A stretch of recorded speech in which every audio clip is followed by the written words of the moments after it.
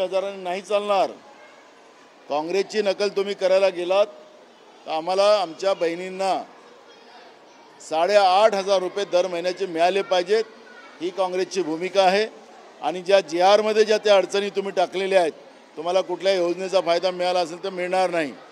किती महिलांना राज्यामध्ये फायदा होणार आहे, किती अटी तुम्ही टाकल्यात, हा दिखावापणा नाही। लाडल्या बहिणींना तुम्हाला द्यायचं असेल तर प्रामाणिकपणे द्या।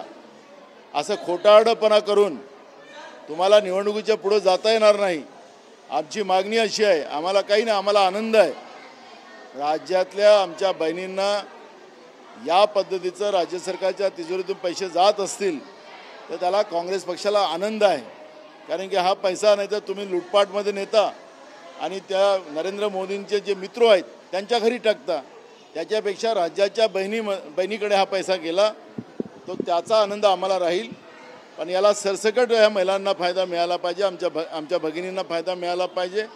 आणि 1,500 नाही चालणार, ते 8,500 रुपये यांनी दिले पाहिजेत, ही मागणी काँग्रेस पक्षाची आहे।